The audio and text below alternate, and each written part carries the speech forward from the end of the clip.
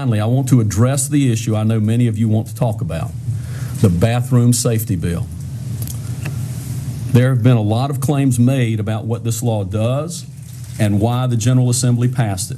And it's unfortunate that many are relying on the spin of far-left special interest groups instead of the facts.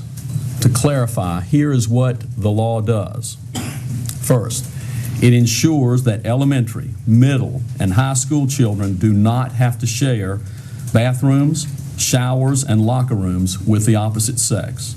The bill still allows schools to reasonably accommodate individual students' needs with single occupancy bathrooms and locker rooms.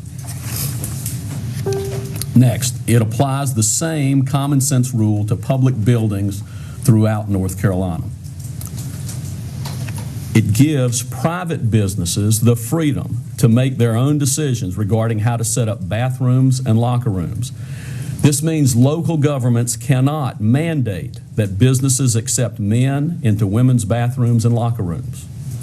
Next, for the first time in North Carolina, the law implements a statewide anti-discrimination policy in public accommodations, stronger than what the federal law is.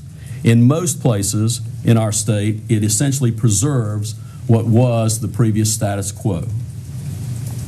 Next, it allows private businesses, public employers, nonprofits, and churches the ability to adopt their own non-discrimination policies that can be even stronger than state and federal law. I believe there was an announcement today that Target has actually taken advantage of that reasonable provision of the law to make an announcement with reference to their bathroom policies. It's a private employer, a private business, shouldn't have the government telling it what it should do. And finally, it helps prevent future situations like Charlotte's overreaching ordinance by creating statewide consistency for laws related to employment and public accommodation. Here are some additional points for you to consider. 28 other states have non-discrimination policies and laws similar to, or in many instances not as strong as, those recently passed here in North Carolina. Next, contrary to claims that the law removed the ability to sue for wrongful discharge in state court, under the law, people can file a federal Title VII claim in any courthouse in the state, whether it's a federal courthouse or a state courthouse.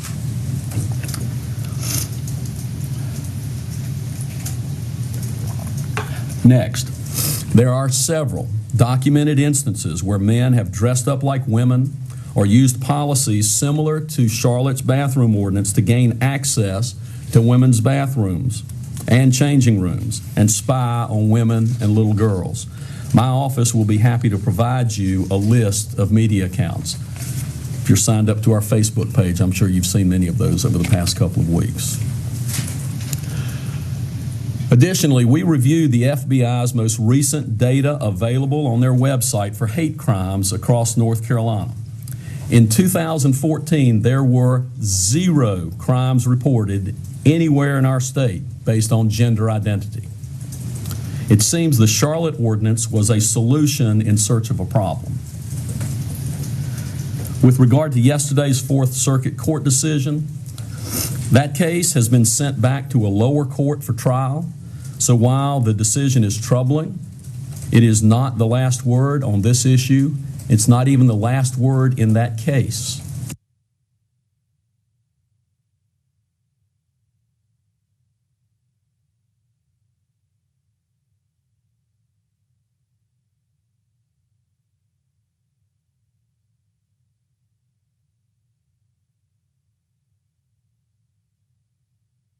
Over time, it's been an across-the-board pay raise.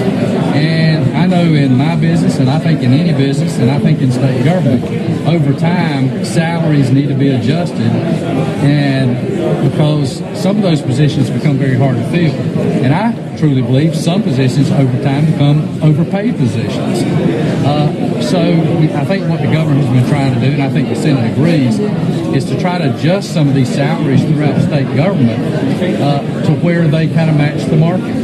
When you do across-the-board pay raises, what you do is exasperate the problem and make it more difficult to accomplish that. And I think that's what we want to do if we can.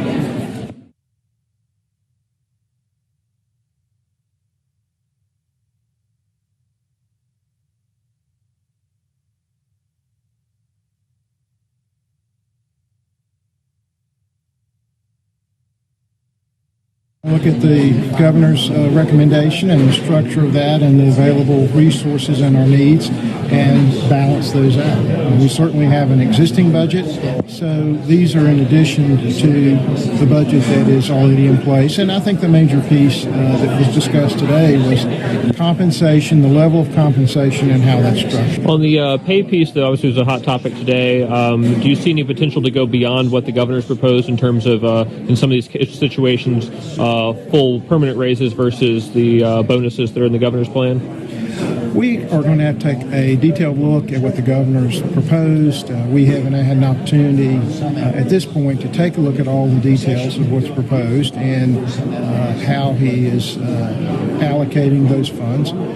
We will do that over the course of the next couple of weeks and have our House proposal, our House version of the budget, hopefully out in a few weeks. Certainly seems no doubt that the House is more inclined to have across-the-board raises. I think there's quite a bit of support for across-the-board raises in the House, as well as looking at cost of living adjustment for retirees.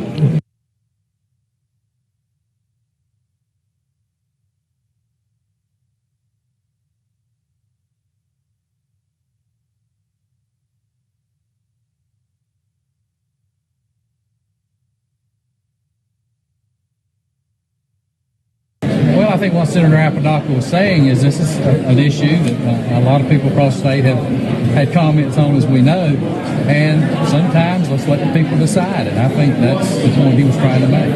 Is this something the caucus would seriously consider? I think the caucus will have that discussion, yes. Any sense for when this might be on the ballot, either November or further out? I don't think we're to that point yet on making that decision, but I think it will be discussed. Is it just the bathroom part of it, or are you talking the non-discrimination part? Again, we haven't had enough discussion to be able to answer that question at this point, but again, I think the caucus will talk about it. At least on social media, what I've seen so far is people are saying, I never thought I'd live to see the day when bathroom stuff would be actually on the state constitution. How would you respond? Well, there's a lot of things that change, and I think a lot of people push these particular agendas. And sometimes it's small groups that push agendas. I think the people, though, sometimes need to respond, and you need to get input from the people, because I think a lot of them probably feel they don't have their words being heard.